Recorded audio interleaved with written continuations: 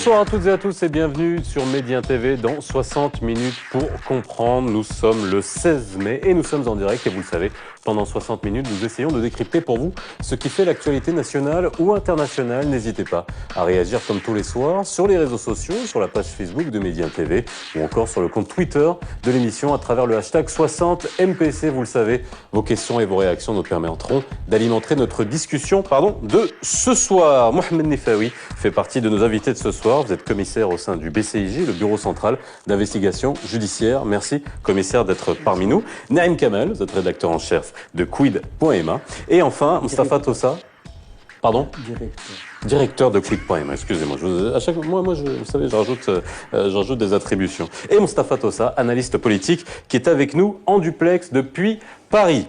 Vendredi dernier, un ressortissant tchadien était appréhendé à Tanger par les hommes du BCIJ, le Bureau central d'investigation judiciaire, arrêté en possession de matériel et produits rentrant dans la composition d'explosifs, de gilets pare-balles, conçus pour fixer des ceintures explosives, ainsi que des vidéos de repérage. Ce terroriste présumé envisageait des exactions à l'encontre de cibles stratégiques et symboliques dans les villes de Tanger, Rabat ou encore Oujda. Entre 2002 et 2015, 132 cellules terroristes ont été démantelées, déjouant dans la foulée de nombreux projets d'attentats sur notre territoire. Quels étaient les projets de l'individu appréhendé vendredi dernier à Tanger? La région de l'Oriental est-elle particulièrement concernée par la radicalisation? Quel est le niveau de la menace aujourd'hui et quels moyens sont mis en œuvre par les services de sécurité? Terrorisme, le Maroc est-il à l'abri? C'est le titre de l'émission de ce soir.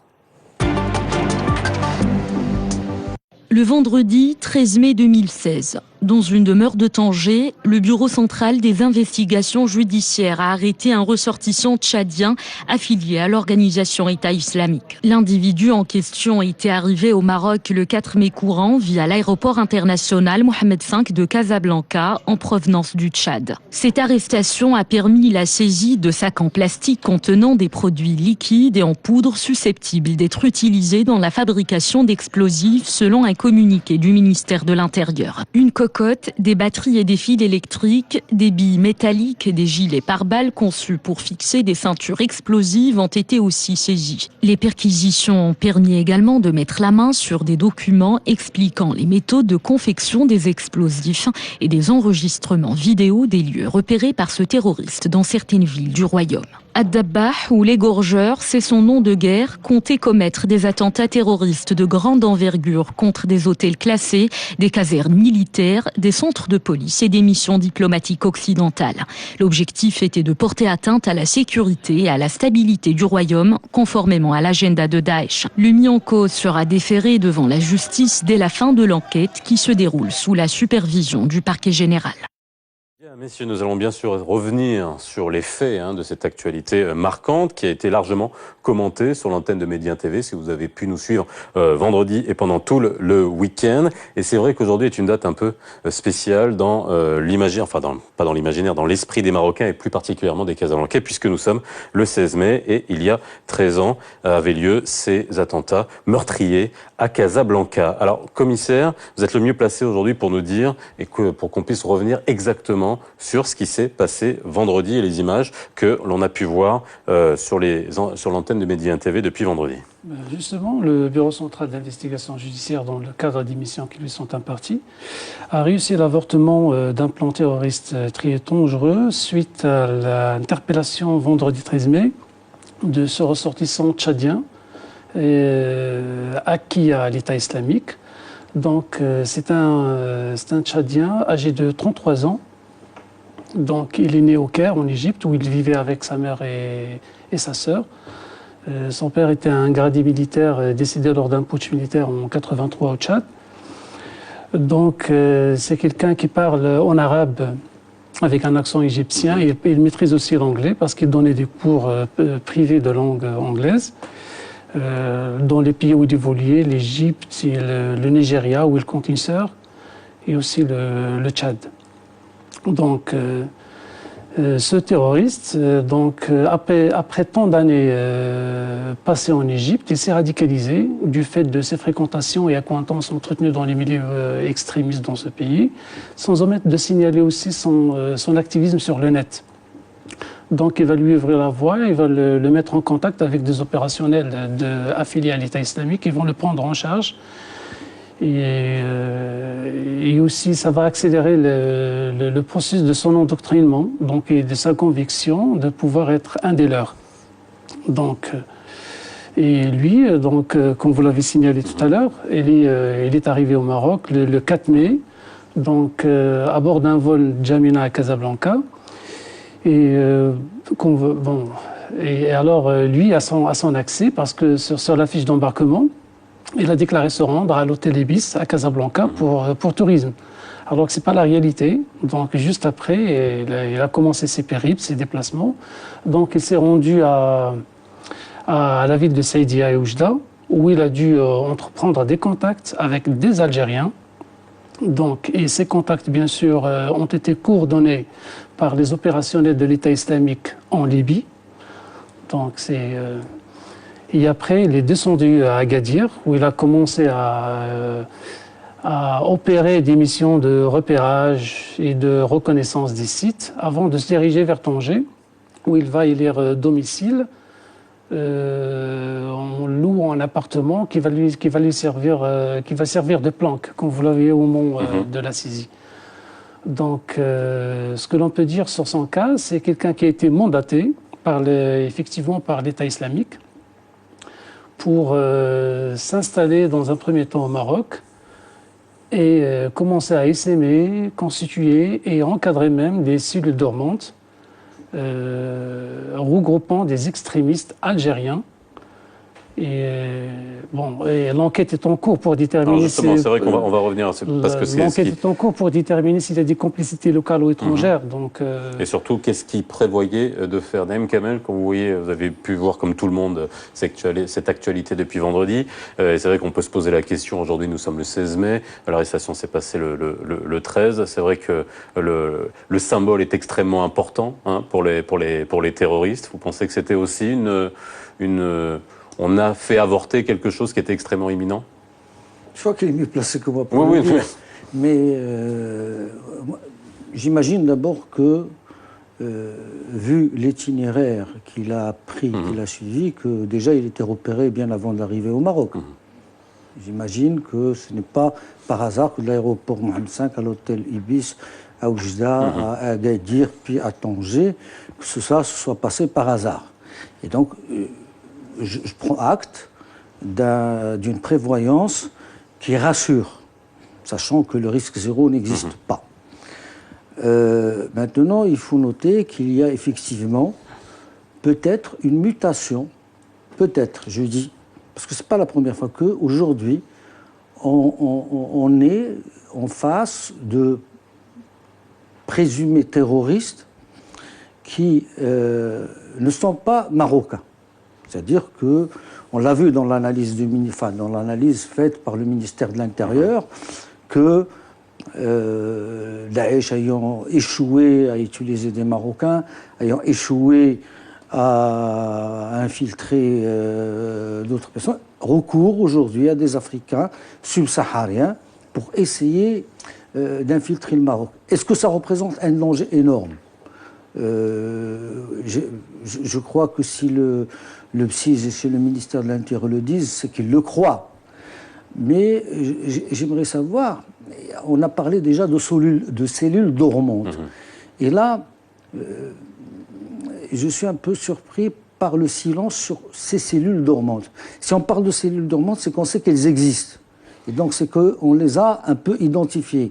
Et c'est là où je n'arrive pas vraiment très bien à comprendre pourquoi on se retient. Est-ce que, si on a déjà dit qu'il y a des cellules dormantes, c'est qu'on les connaît. Sinon, on va les réveiller.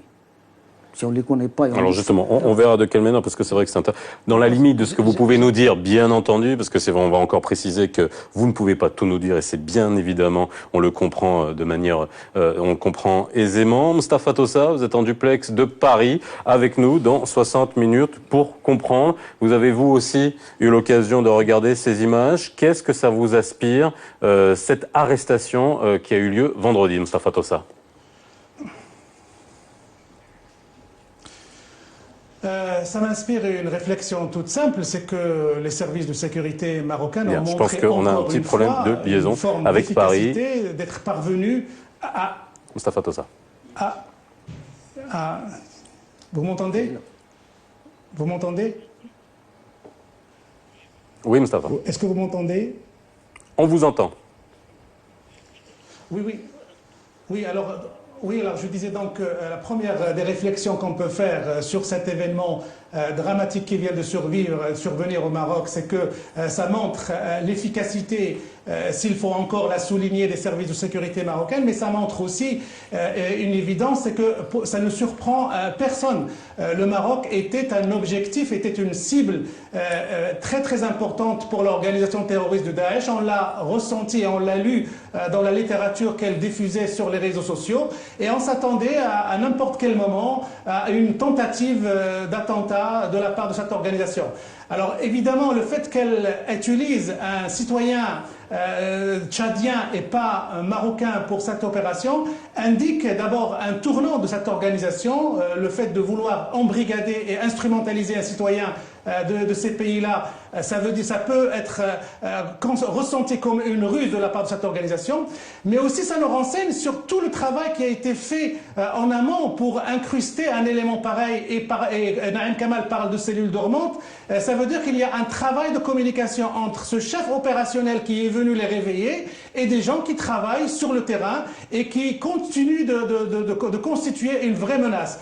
Alors cette histoire, elle est absolument extraordinaire dans ses détails et dans les trouvailles et les découvertes qui ont été faites dans cet appartement. Mais il n'est pas étonnante parce que le Maroc, de par son rôle politique et diplomatique, de par la lutte contre le terrorisme dans laquelle il inscrit son action à tous les niveaux européens et africains et Moyen-Orient, est forcément la cible de cette organisation. Donc ce n'est pas étonnant, mais c'est rassurant de voir qu'on puisse arriver à démanteler et à arrêter une action avant qu'elle provoque des carnages. Alors, on reviendra bien sûr avec vous, commissaire, sur tous les moyens qui sont mis en œuvre dans un deuxième temps. Avant que vous répondiez à Sikamal sur les cellules dormantes, justement, et l'interrogation de Sikamal, est-ce que vous pouvez nous dire, on a entendu, dans le reportage, on a entendu tout de suite, que les projets de cet individu, est-ce qu'ils étaient clairement identifiés, les cibles étaient-elles clairement identifiées? Donc, comme vous le savez, on est au stade actuel de l'enquête. L'enquête est en cours, donc, et sous la supervision du parquet. Donc, c'est pas encore terminé l'enquête, donc on ne peut pas prédire des choses. Donc, il y a en train des informations qui se recoupent et l'enquête est en cours. Donc, on n'est pas encore à terme. Mais ce que l'on peut dire, c'est que les cibles, c'est toujours les mêmes. Donc, c'est toujours les mêmes parce que de par l'expérience en matière de lutte contre le terrorisme, toutes les cellules, elles s'assignent comme objectif les mêmes cibles. C'est-à-dire les missions diplomatiques occidentales, les sites touristiques, les personnalités civiles et militaires, les casernes, s'il y a une possibilité. Donc, les cibles sont toujours les mêmes. Donc, il n'y a pas... Et en plus, dans le cas d'espèce, j'aimerais bien signaler parce que lui, il avait opéré quelques missions de reconnaissance et de repérage des sites sur plusieurs villes. Oui. C'est-à-dire qu'il est en train d'étudier les sites et tout, et les endroits qui doivent faire l'objet de cibles. Donc, alors, en termes de matériel, je sais que c'est très... on voit sur ces images-là, on voit des cocottes, on voit un certain nombre de matériels qui ont été saisis. Exactement. Ça montre quel niveau de sophistication, quel niveau d'équipement, quel niveau d'expertise? Parce que j'imagine qu'en fonction des cellules que vous démantelez, vous avez une catégorisation en termes d'expertise et en termes de formation. Justement, dans le cas d'espèce que vous avez montré tout à l'heure, donc déjà les produits qui sont saisis dans le cadre de cette interpellation renseignent du stade avancé de la phase de préparation de ces plans. Donc vous voyez des gilets explosifs, des substances qui sont en cours d'expertise pour déterminer le degré du danger et de dangerosité de ces produits. Donc, il y a aussi de la documentation extrémiste qui renferme des thèmes à Roland Djihadi en cours d'étude. Il y a aussi, comme vous l'avez vu, des tubes qui vont être enfilés et chargés avec de la matière aussi. Donc, il y a toujours bon, de toute façon, il faut toujours chercher, pour le terroriste, il faut toujours qu'il passe inaperçu. C'est-à-dire il fait toujours recours à des matières qui sont accessibles et qui sont artisanales et faciles à confectionner avec une bombe. Et qu'il peut trouver sur place. Et sur place, oui. Et maintenant, surtout sur consultation des sites Internet, donc, qui offrent, bon, à partir de la cuisine, toutes les bombes que tu veux. Donc, et à partir d'éléments et d'ingrédients que tu as chez toi. Alors, Daesh avait annoncé en juin dernier, justement, d'essayer de changer de mode opératoire, de manière stratégique, éviter les loups solitaires, d'essaimer, comme vous aviez dit, de créer des lieutenants qui puissent créer des cellules aujourd'hui. Vous pensez que cet homme était un de ces lieutenants ? C'est possible. Il est mieux placé mieux que moi pour répondre à cette question. Mais je dirais une chose. On l'a vu. Il vient, il arrive. Il part à Gadir, il part à Tanger, il part à Oujda, il fait des repérages. Ça veut dire qu'il est renseigné sur les lieux de repérage. Qu'il a une documentation préalable, antérieure à son arrivée. C'est-à-dire qu'il va, il sait où il va identifier, il filme les endroits, où est-ce qu'on va frapper. Donc, on suppose, ou du moins moi je suppose, que derrière ce travail, il y a une logistique qui est ici, pour lui indiquer une assistance. Voilà où il faut y aller, voilà où il faut identifier, voilà où il faut peut-être frapper. Donc ça c'est important. Et c'est là où je reviens à ces cellules dormantes, parce que jusqu'à maintenant... le commissaire n'a pas répondu, enfin, ou il a oublié de répondre, parce qu'il s'est attaqué à un autre volet. C'est important, mais pour l'instant, on sait qu'il y a des Algériens. Est-ce qu'il y a des Marocains aussi? Je crois que j'ai vu dans le communiqué qu'il y a des Marocains. Donc c'est pas quelque chose d'exclusif. Mais on y arrivera peut-être dans la deuxième partie pour voir un peu tous ces vases communicants entre le Maroc et l'Algérie dans cette histoire. Alors, est-ce que vous voulez réagir sur les cellules dormantes, monsieur le commissaire ? Donc, je vais revenir un peu en arrière pour parler des Marocains afghans. Donc, après l'invasion américaine du territoire afghan et tout, donc, les Marocains afghans ont dû rallier le royaume. Donc, et rallier le royaume pour pouvoir constituer des cellules. Donc, et pour afficher son activisme, c'est pas toujours aisé. Donc, pour le faire, il faut savoir se tenir discret et tout. Donc agir en discrétion jusqu'à ce qu'on devienne fort. Donc, c'est dans ce sens que je parle de cellules dormantes, parce que les cellules maintenant, ils ne vont pas s'afficher dès le premier jour pour dire que voilà, on est prêt. Parce que c'est tout un travail de longue haleine. Donc, ça se prépare, ça nécessite des études. Comme il a commencé à le faire avec ses missions de repérage. Donc ça nécessite de consultation et surtout c'est organisationnel, c'est-à-dire qu'il y a toujours, parce que n'oubliez pas que c'est un émissaire. Donc quand on est un émissaire, on a toujours des instructions à attendre et on a toujours des contacts. Comme je l'ai dit tout à l'heure, il a dû entreprendre des contacts sur Saïdia et Oujda, donc avec des gens. Donc tout ça, même son introduction au Maroc, il a été coordonné dès le départ. Donc il suit tout un plan. Donc c'est ça, quand je parle de cellules dormantes, c'est-à-dire qu'il va procéder à des recrutements, il va préparer l'embrigadement des gens, parce que lui, il s'apprêtait à passer à l'acte, mais toujours ça va être avec l'appui de combattants dont il préparait l'embrigadement aussi. Donc c'est un travail qui se fait. Donc et pour répondre à votre question, pour dire que de par l'expérience, parce que quand on parle de stratégie de Daesh, donc auparavant, comme vous l'aviez remarqué, comme cela ressortait de la chronique sécuritaire, c'est-à-dire après le déclenchement de la crise syrienne et l'appel lancé par la chefferie de l'État islamique, les combattants nationaux ont rejoint les organisations terroristes sur la zone syro-irakienne. Et là, ils vont acquérir une expérience guerrière et des séances d'endoctrinement avant de rebrousser chemin sur le royaume pour y perpétrer leur projet belliqueux. Et même pour ceux qui n'arriveront pas à gagner la scène syro-irakienne, le leadership de l'État islamique, via le porte-parole, va leur légitimer le fait de sévir dans le royaume. Mais cette stratégie de Daesh a été tenue en échec grâce à la vigilance des services de sécurité marocains qui ont pu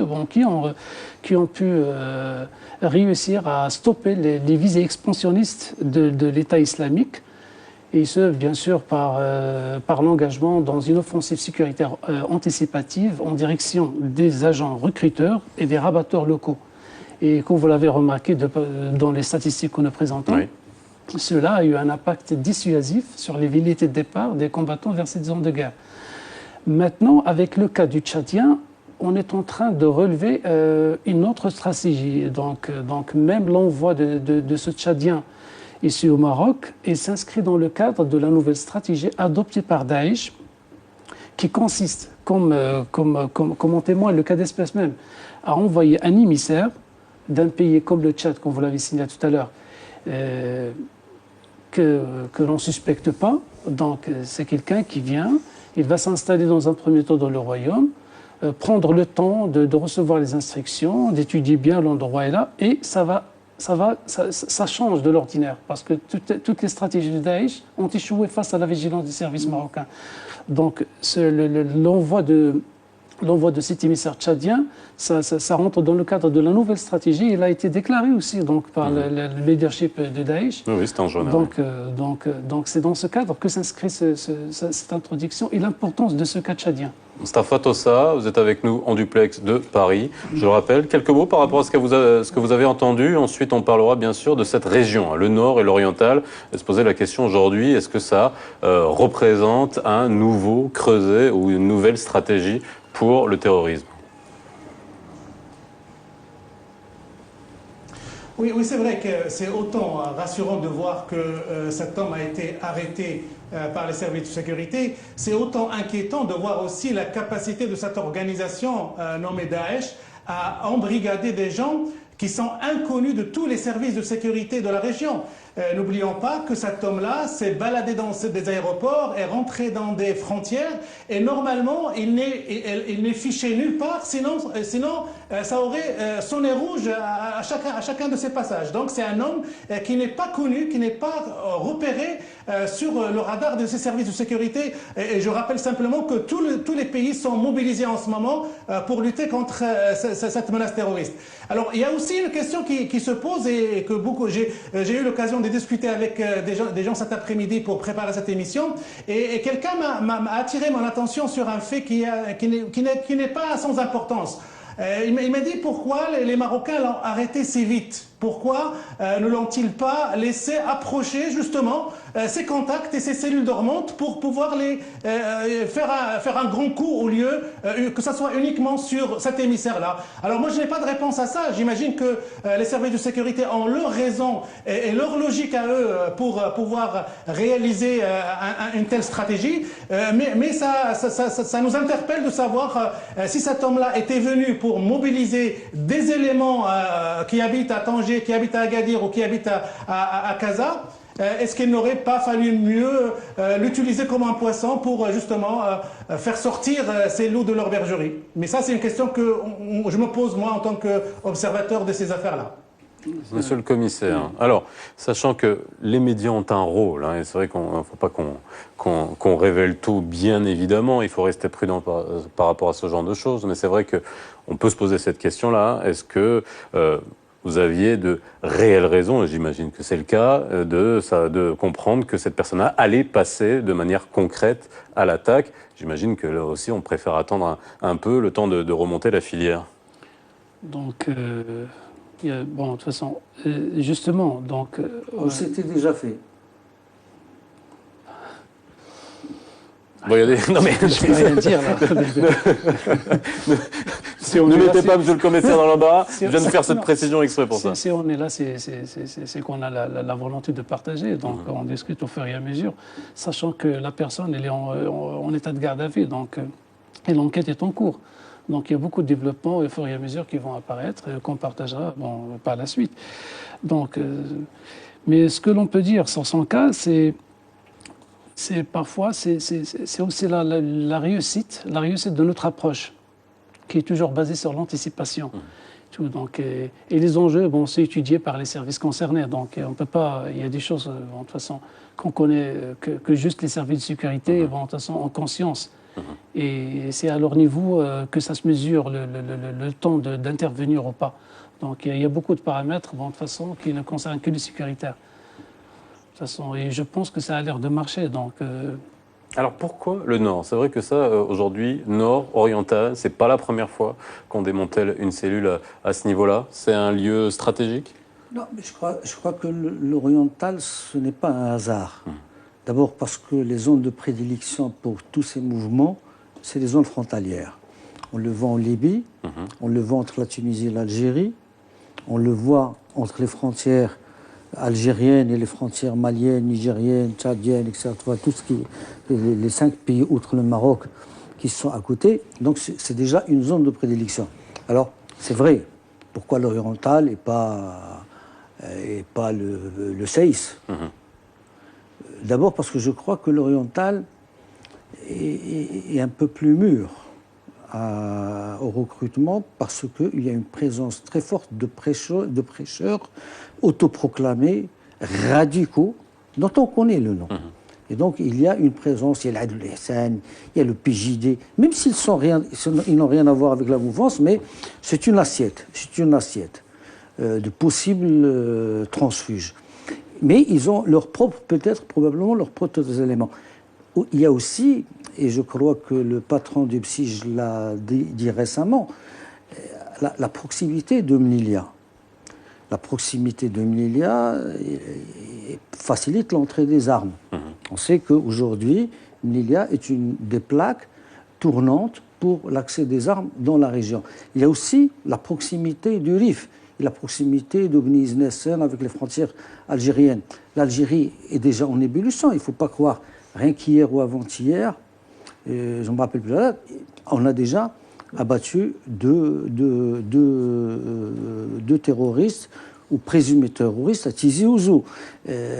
L'autre fois, c'était 4 militaires qui ont été abattus. C'est-à-dire, et c'est toute la différence aujourd'hui c'est une parenthèse que j'ouvre, entre le Maroc et l'Algérie, c'est qu'aujourd'hui, le Maroc, face au terrorisme, est toujours à l'étape policière, alors que l'Algérie est depuis longtemps à l'étape militaire. Et donc, ça, c'est un indicateur important. Et donc, l'Algérie est plus mûre. Et aujourd'hui, il va falloir peut-être renforcer pour essayer de déclarer, de créer une nouvelle zone de diversion, une nouvelle zone d'instabilité, sachant aussi que cette zone vers Ahfir est mitoyenne des frontières algériennes par le sud de l'Algérie. Et n'oublions jamais que dans les années 70 et 80, surtout les années 80, il y avait la fameuse piste Gaddafi qui partait de la Libye, traversait le sud de l'Algérie pour fournir en armes le Polisario à Tindouf. Et donc avec bien sûr la bienveillance du pouvoir algérien. Moi je crois que c'est des éléments qui peuvent permettre de comprendre que ces zones aient été choisies pour déclarer une wilaya et qu'on veut, mais essentiellement aujourd'hui, on n'est plus dans la logique de Daesh de faire des attaques, mais de passer à l'étape supérieure, c'est-à-dire établir des bases, des camps. En déclarant une wilaya, c'est-à-dire qu'on va s'installer, qu'on va avoir des brigades, et que peut-être cette installation va rallier tous les aspirants au djihad. Alors, je vous ferai réagir là-dessus, Oui. monsieur le commissaire. On fait une petite pause. On revient juste après.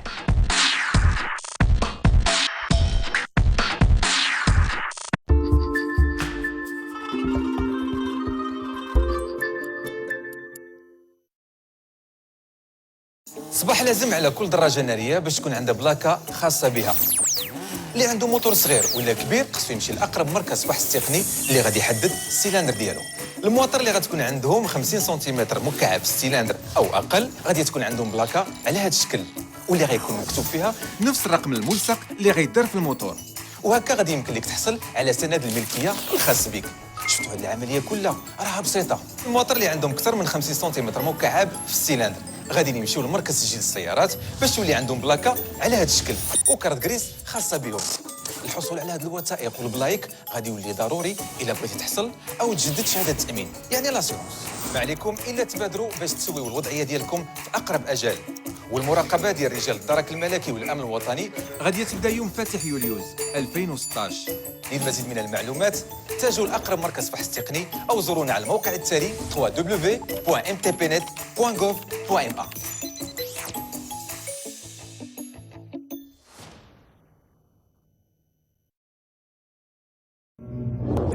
Sous le haut patronage de Sa Majesté le Roi Mohammed VI, du 20 au 28 mai 2016 à Rabat, la 15e édition du festival Mawazine Rythme du Monde vous donne rendez-vous au Théâtre National Mohammed V avec Kadem Seher, Alma Detango, Trio Joubran, Natacha Atlas, Hawali Flamenco, Imani, Paco Renteria, El Gusto, Safwan Bahlawan pour un spectacle en hommage à Mohamed Abdouhab.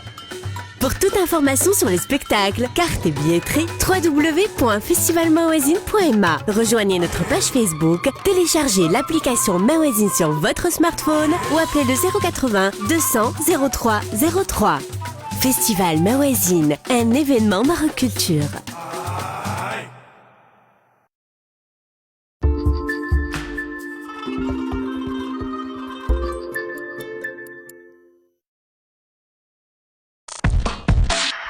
De retour sur le plateau de 60 minutes pour comprendre. Terrorisme, le Maroc est-il à l'abri? C'est le titre de l'émission de ce soir. Commissaire Nefaeu, vous vouliez réagir justement à la question, à l'analyse de Sikamal sur pourquoi le Nord, pourquoi l'Oriental. Beaucoup de cellules ont été démantelées dans cette région-là.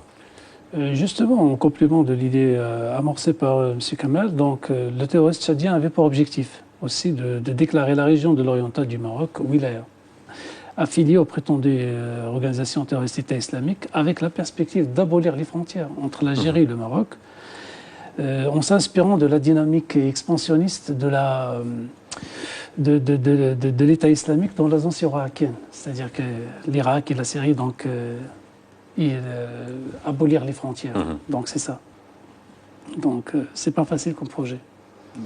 Mustafa Tossa. Oui, c'est vrai que c'est tentant sur le plan politique de voir sa tentative de vouloir absolument casser les frontières entre deux pays, comme ça a été le cas entre la Syrie et l'Irak. Et ça a fait ce territoire du califat. Alors, mais pourquoi le Nord? Il y a aussi, je crois, d'autres raisons, en plus de ce qui a été dit par Naïm Kamal. Je crois que les gens sont très actifs dans cette région parce que, n'oublions pas que cette région offre des bases de repli et de fuite. Généralement, les filières de l'immigration clandestine, les filières de la drogue épousent parfaitement des fois les filières aussi de la lutte des filières terroristes. Et donc cette région-là offre des possibilités de repli.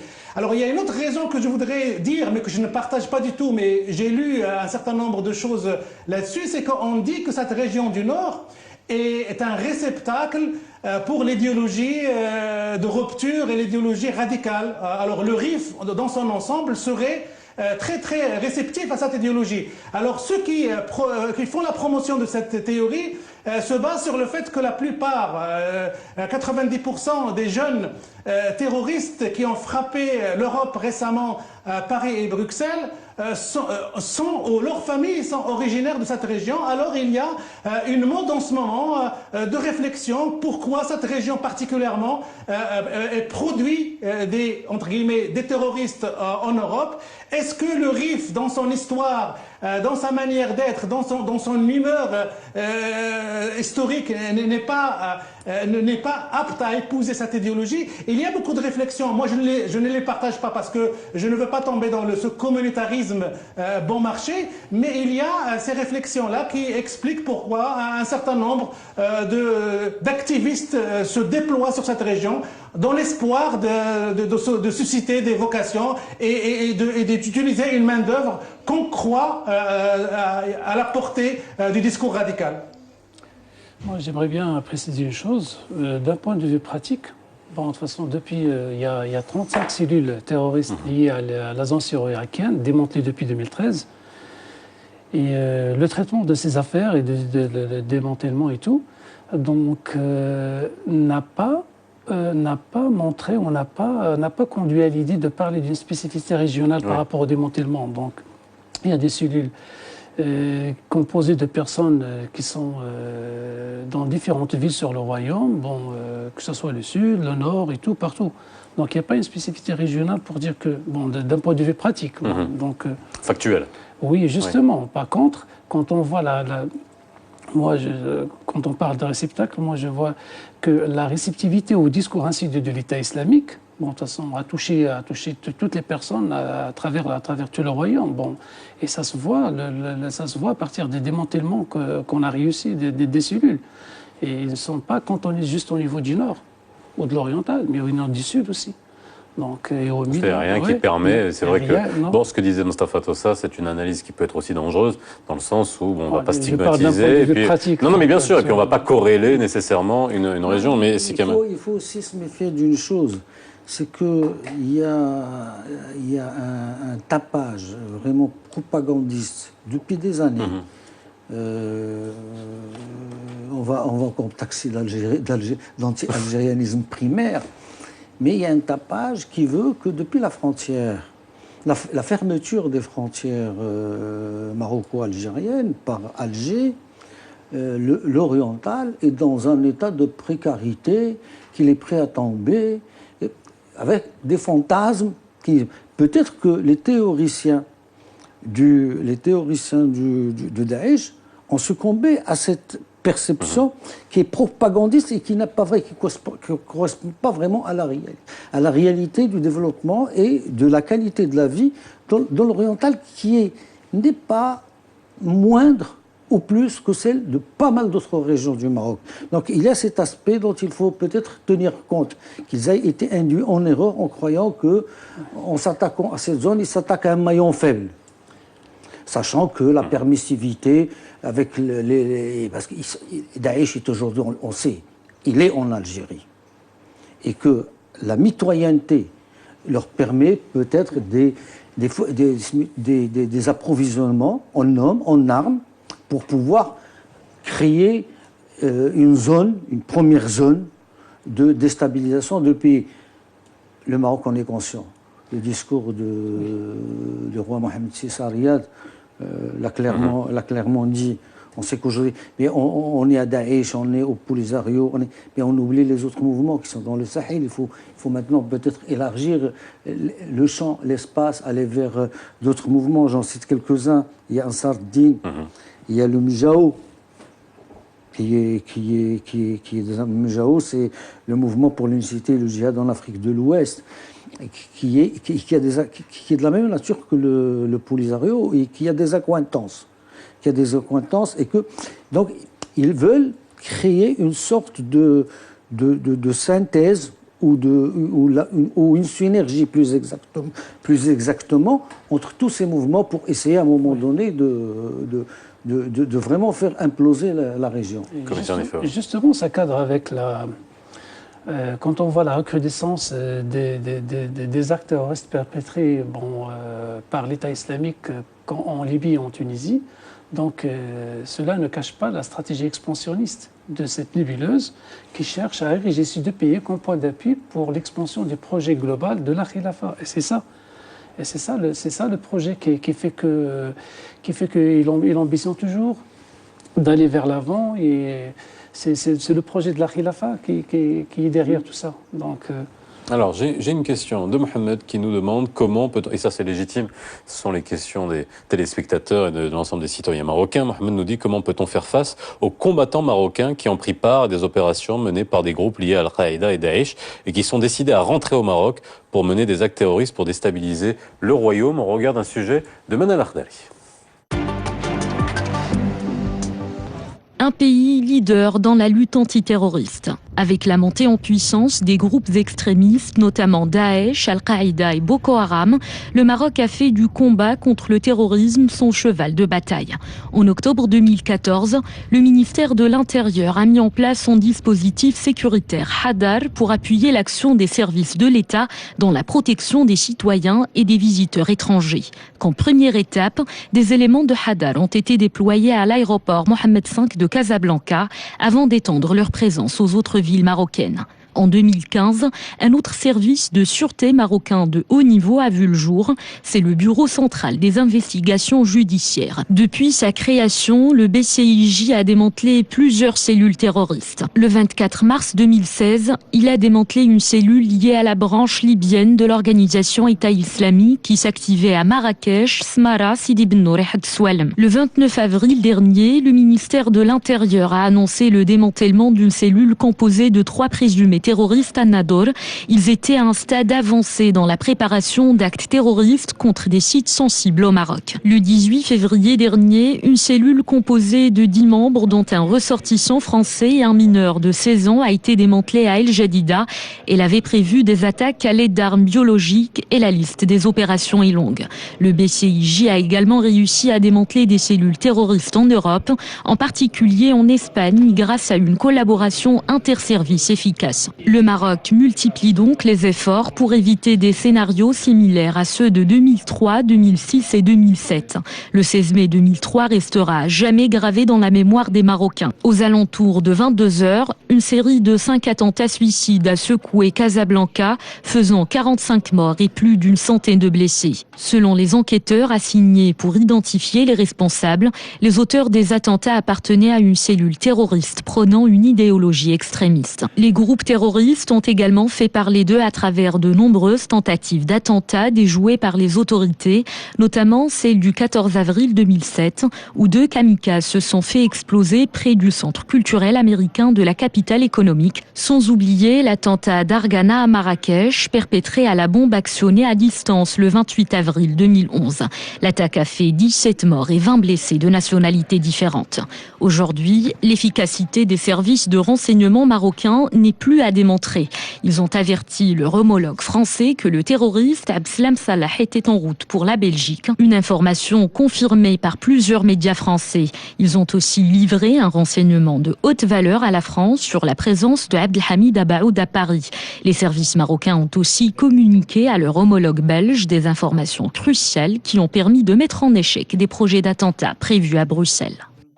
Alors, bien sûr, ça, je vous ai lu la question de ce téléspectateur qui se demandait comment peut-on faire face à ces combattants marocains qui ambitionnent de venir ici perpétrer des attentats sur le royaume. On voit bien avec le reportage, ça nous a permis une mise en perspective de tout ce qui s'est passé depuis ces dernières années, de ce qui est mis en œuvre également par les services de sécurité et les autorités. Mais pour répondre concrètement à Mohamed, à cette question-là, commissaire Nifaoui.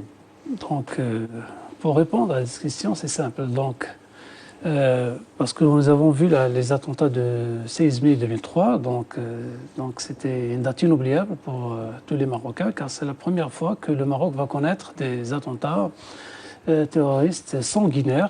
Coordonnés, synchronisés, donc provoquant plus de 45 décès et plus d'une centaine de blessés aussi, de 45 morts. Donc, le Maroc il est devenu conscient du fait du danger du terrorisme et que nul n'est à l'abri de ce fléau destructeur. Donc, c'est pourquoi, à l'instar des pays démocratiques, il a répliqué par l'adoption d'une approche globale intégrée et multidimensionnelle basée sur l'anticipation. Donc, laquelle l'anticipation a été très efficace et cela a permis la neutralisation depuis 2002 de 155 cellules terroristes. Donc, dont 35 démantelées depuis 2013, comme j'ai dit tout à l'heure, qui sont liées à l'agence syro-irakienne. Donc, on en est, en termes de statistiques, à 2885 personnes arrêtées, dont 275 récidivistes. Donc, les 1800 qui sont en prison. ont été arrêtés à l'époque. Donc, À l'époque. Oui, d'accord, donc, d'accord. donc c'est- Moi, je croyais que c'était l'actuel. Donc, il y avait dedans, il y avait parmi eux 275 récidivistes. Donc, ces démantèlements ont permis de tenir en échec 324 projets. Donc, y compris les projets à l'explosif et tout. Donc, mais revenons à la question. Donc, au niveau de l'agence irakienne, donc le suivi, de toute façon, a permis de recenser actuellement à 1579 personnes combattants marocains qui ont rallié l'agence irakienne et qui sont déployés comme suit. Par exemple, on a, en termes de statistiques, 758 personnes qui sont enrôlées au sein de l'État islamique, 100 à Harakat Islam et 52, en étant précis, à Jabhat Nusra. Donc, et parmi les 1579, on a 227 qui sont récidivistes. Alors, Donc, quand on voit tous ces chiffres qui sont extrêmement précis, Naam Kamal, vous vouliez réagir. Allez-y, continuez de donner. Oui, alors vous répondez à la question de Mohamed. Donc, justement, notre approche, de toute façon, il a touché beaucoup de volets, donc y compris les sécuritaires. Donc, comme vous l'avez signalé tout à l'heure avec les fonctionnaires de sécurité qui sont déployés dans le cadre du plan HADA. Il y a aussi l'adoption de la carte électronique, le passeport biométrique aussi, et le renforcement de l'appareil sécuritaire par la création du PSIJ aussi. Donc, mais sur le plan juridique aussi, pour répondre à la question, sur le plan juridique, bon, après les attentats du 16 mai, il y avait la loi le 0303 du 28/5/2003 qui est venue, bon c'est vrai, n'a pas donné une définition de terrorisme, mais il a donné une classification des actes lorsqu'ils sont commis intentionnellement et en relation avec un projet collectif ou individuel. Et donc ça devient un acte terroriste. Mais pour ceux qui ont rejoint les organisations terroristes et qui veulent rentrer au pays, il y a aussi, donc on a adapté notre loi donc pour être à la mesure des faits.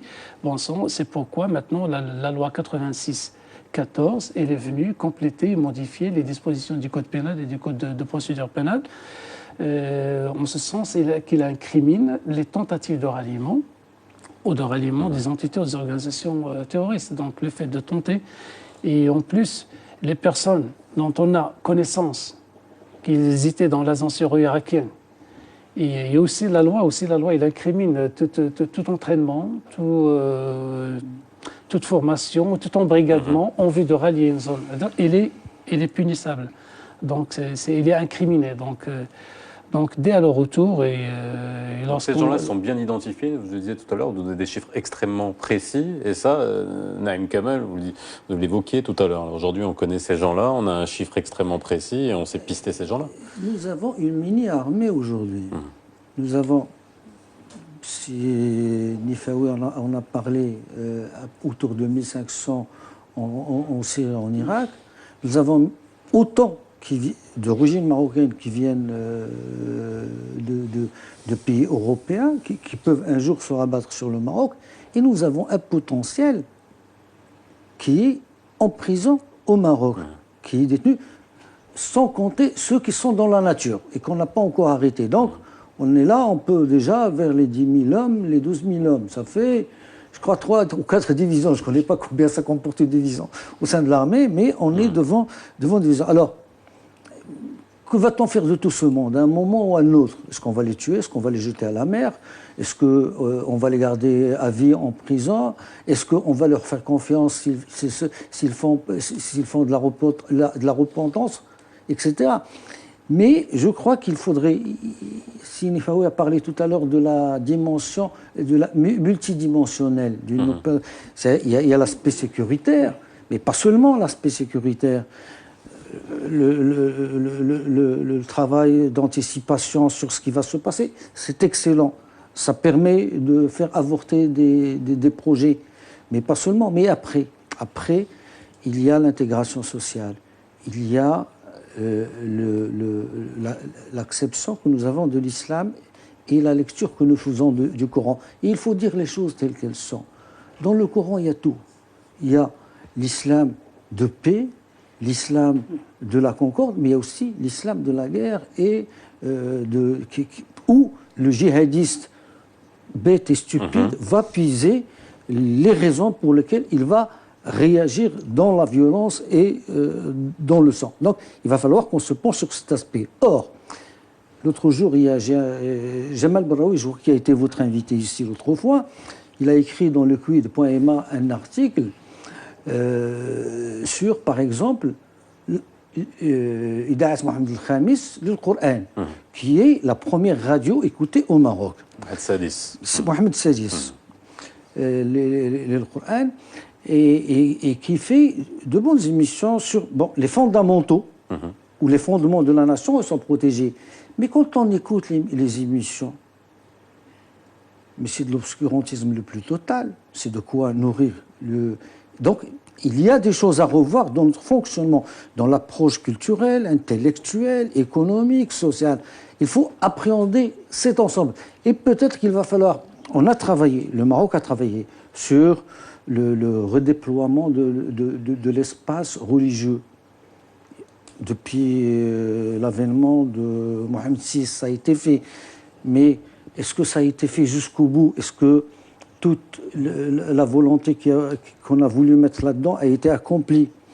J'ai quelques doutes là-dessus. C'est-à-dire, pourtant, on a quand même, il y a une approche, cette approche intégrée dont vous parlez, elle a été mise en place, elle a été amorcée. L'Institut de formation des imams a été mis en place, elle est saluée à travers le monde. On a traité très souvent sur ce plateau. Mais à côté de ça, si vous permettez, à côté de ça, le discours propagé, est-ce qu'on a vraiment un contrôle sur son contenu? Est-ce que je vous ai donné l'exemple de la radio coranique, je peux vous donner aussi les prêcheurs de quartier autoproclamés qui ne connaissent rien et à ce niveau-là, c'est vrai que ça, on en avait parlé aussi, on a eu l'occasion d'en parler. Ce contrôle qui peut, alors il y a le contrôle des prêches, bien évidemment.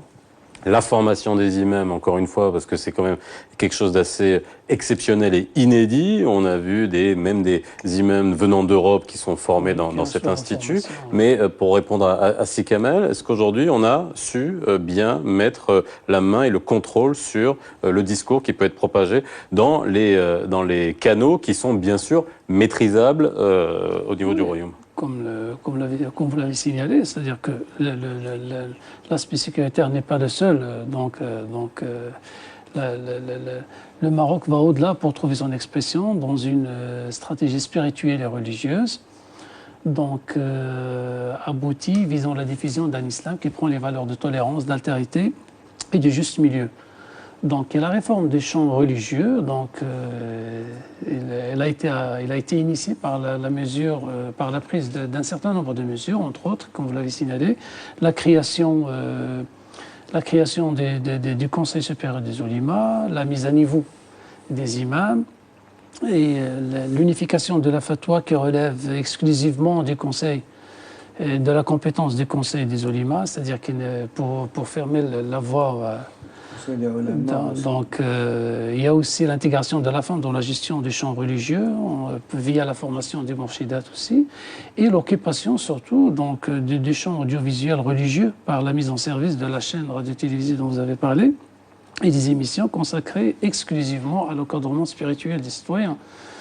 Donc, pour ce qui est, nous, en tant que sécuritaires, c'est-à-dire que si l'on s'en remet au discours enflammé et tout, aux prêches, d'un point de vue...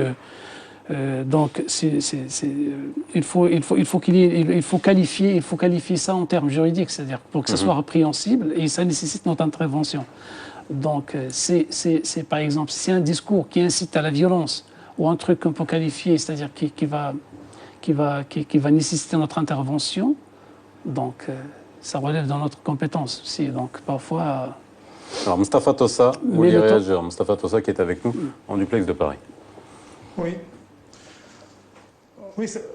c'est vrai que beaucoup de choses ont été dites d'intéressantes sur la meilleure manière de stopper ce phénomène. Mais moi, si je veux résumer, je pourrais dire qu'il faut agir en aval et en amont. Il faut empêcher que des Marocains, que des jeunes Marocains soient séduits et soient embrigadés, instrumentalisés par une organisation terroriste. Et puis aussi, même ceux qui sont dans ces filières-là, il faut approfondir le travail de renseignement, ne pas les lâcher dans la nature et surveiller tous leurs déplacements. Ça aussi, c'est très important. Alors, mais ceci dit, ça ne veut pas éloigner la menace terroriste parce que malheureusement, il va bien falloir qu'on vive avec. La seule manière de l'éloigner de notre région, la région du Maghreb et du Sahel, c'est que tous les pays de la région, tous les États de la région agissent comme un seul homme pour mener une même lutte contre le terrorisme. On en est loin. Extrêmement loin. Alors le chaudron algérien menace d'exploser. La Libye nous exporte sans chaos. La région du Sahel est en ébullition. Et nous, il va falloir gérer toute cette instabilité politique et régionale. Bien sûr, sur le discours religieux, tout ce qui va être fait, tout ce qui a été fait est extrêmement positif. Mais malheureusement, on a remarqué en Europe que ceux qui s'inscrivent dans ces organisations terroristes et qui sont capables de commettre des attentats suicidaires et terroristes, des carnages, n'ont rien à voir avec la religion, n'ont jamais été exposés à la religion. C'est la grande criminalité qui a obéi, qui a cédé aux sirènes du djihadisme de circonstance.